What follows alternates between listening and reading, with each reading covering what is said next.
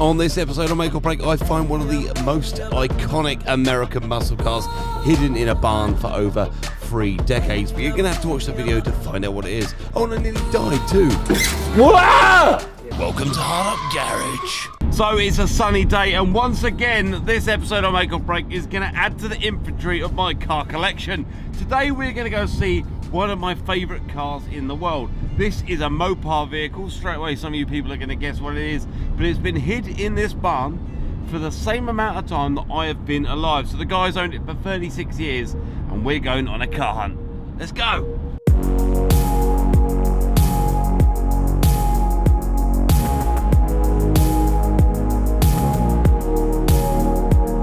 So this is not a barn find. I would say that this is a garden find.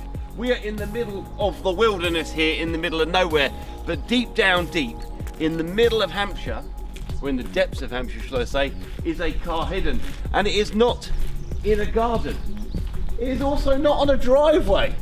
And if you were looking for this car, it would be very hard to find. It is also not in a garage, or even around the side of a garage, all right? You have to keep digging and keep searching, because imagine if you were looking for a 1960s car, right? You're still in a garden, you're still looking, and you still can't find it. You kind of just imagine that this would be a garden fence, right? Around here deep, you look through there,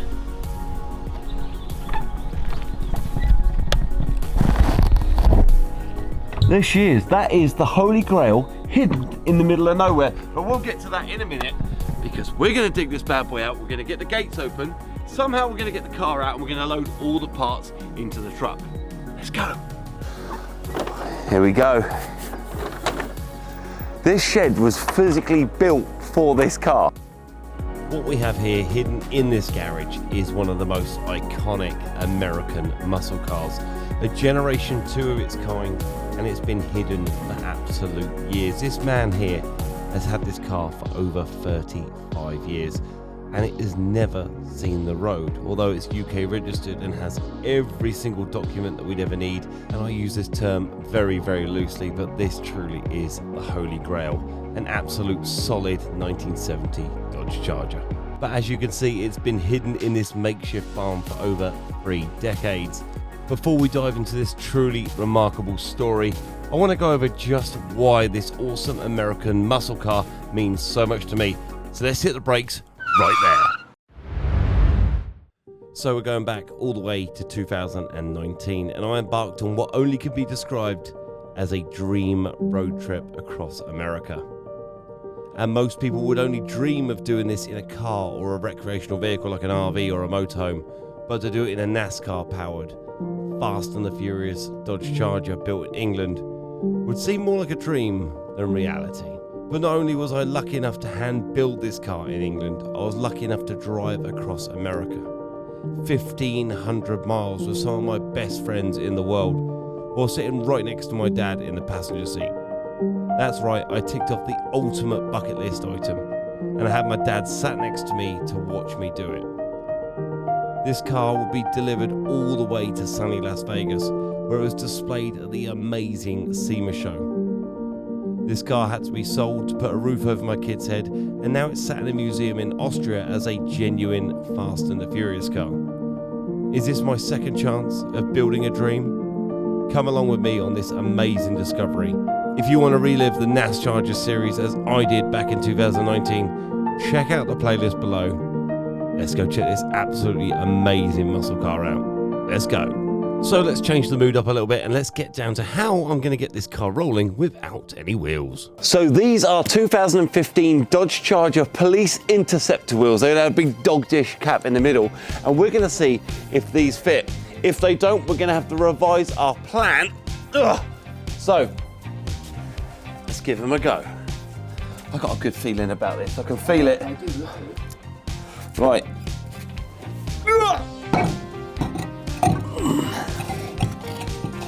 Yeah, baby!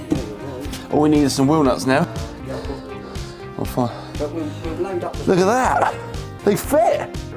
So now we know that the wheels fit, that is a problem averted. We're going to get them wheels on in a minute, but first of all, we're going to get all these parts loaded in the van. So first of all these parts are absolutely gold dust here in the UK. We've got a bonnet, we've got not only one boot lid, but 3 Dodge Charger boot lids, 2 original Dodge Charger doors, obviously painted in the Belgian livery of course, and then also a fuel tank, fuel filler neck, a pillar trims, a passenger side wing mirror, but nothing gets me more excited than what's hidden behind that green tarpaulin at the back. A nice pair of wheels, some spare B-pillars, but now it's time to get that Ford Gran Torino out the workshop so we can see what's hiding under that tarpaulin. And that, ladies and gentlemen, is a Mopar 440 V8. There she is, 440 cubic inch. And that's for all you UK people, that's just over 7.2 litres. And now a matter of getting this bad boy out. And that was easier said than done. This has been hidden in this garage for absolute years. And I tell you what, that engine stand came in very, very handy. But god damn it, that gravel driveway was gonna be one hell of an issue. The main problem we had is that those tiny little cast iron wheels, the front ones were straight and the back ones actually were casters so they moved. Off-road Dodge Charger. But once you was over that ledge, it was a matter of twisting it around, getting that bad boy turned over and seeing if we can squeeze it in. That's it. Right, if we turn it over. She's running on all 8, mate. There? A little bit more, there you go. So with that engine loaded, it's about now time to look at the engine in the Dodge Charger itself. This is a 440 out of an RV or a motorhome here in the United Kingdom, and she is not looking very well, but later on hopefully we can work out if it's seized or not. Now it's to get those wheels on the car, starting with the right hand rear first. Let's go. This is the first time this car has turned a wheel in 36 years. Look at that. Whew. 1 down and 1 to go. There you go. 2 down, 2 to go. So with all the wheels now bolted on securely with only 2 wheel nuts, it's a matter of getting this bad boy on the ground. And it's about getting those axle stands out of the way and making sure it's safe to get on the floor. The last wheel nuts are just being tightened, and Dave is going to throw that absolute bundle of wires in the boot. Look at that. 1970 Dodge Charger, original interior, original instrument cluster that's actually in kilometers, which is actually super rare, but not as rare as Fred here. Fred the Frog has got his garage back. No frogs were harmed in the making of this video. Ho-ho! So with the wheels back on, it's now for the first time in decades to get this bad boy on the floor. For me, one of the most impressive things was the actual wheels roll. They all move, all the bearings are good, you know, actually rolling. So now it's a matter of dropping it down the deck and then rolling out in the garden. For the first time it's seen sunlight in absolute years. Guys, don't do this at home. We've got axle stands under here so I don't die.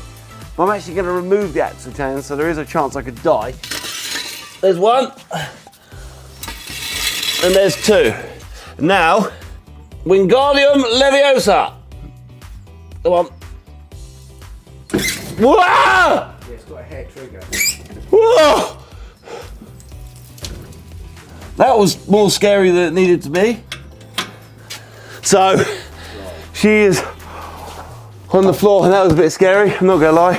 Just look at how well this car rolls after 36 years. 2 here, full horn ring, Yep. partial horn ring. What's the difference? Someone's modified it. Well, no, they came from the factory. Oh, really? I believe somebody's probably done this themselves, but you could get either or. Wow, okay, that's cool. But you could get like 3 different steering wheels on the Charger. Wow. So we'll throw him That's in. the best one. I'd use this one. Okay, use that one. Yeah. And it's got a little nut. But On, rest that in the back. We're going to put that in the truck in a minute. Wow, this is so cool. It's got a master spline as well. Right, okay, boys. Right, you ready? Yeah. You ready, kids? We want to go slower, or we want to get fast over the thing. No, yeah. Right, a little bit more.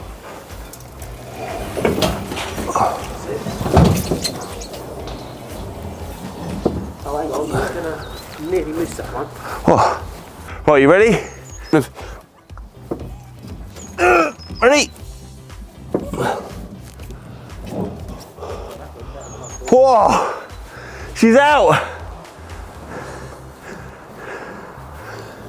This is amazing. Do you Come in here. Yeah, come on then. Come on, Dave. With this car out in the sunlight, you've got to admit that has got to be one of the meanest, angriest cars of all time. This Generation 2 Dodge Charger was quite literally at the peak of its time. These cars were changed every year, so 68 would have had round lights on the rear, 69 and 70 would have had the flat lights. But all the parts that come with this car are the holy grail. You would spend years and years just trying to find even that little bolt for the middle of that steering wheel, up to the instrument cluster, down to the seats, to every single little light bulb, which is included in the purchase of this vehicle. With the help from Dave and my new videographer Matt, a massive thanks to you for helping me film this video with our new camera. We've invested a bit of money in making the quality of these videos a little bit better for you, and hopefully working on that audio quality too. With a push, it's now the first time this vehicle is going to see that driveway in absolute decades. And as you can see, this was not an easy task. It took the three of us just to get it rolling. But this is where the true conundrum hit. Not only did we get it around the corner, it was rolling absolutely lovely. This gap here is where it took us over an hour to jack the rear around and make sure that we didn't damage it on the wall or even on the garage. Forward and backwards, and she peeks around that corner. Look at that. It's like it's just slipping out there just to tease us. But I tell you what, I am so proud of this car. I am so excited about the project. And I want you to let me know if you guys at home are excited too. Let's get it around that corner and let's get it back.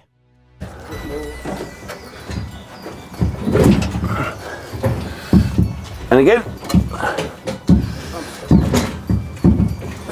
This is where it got really tricky. Okay. That 2-ton American Detroit-built muscle car was an absolute nightmare to move, and every time we tried to get it around that corner, it just did not want to budge.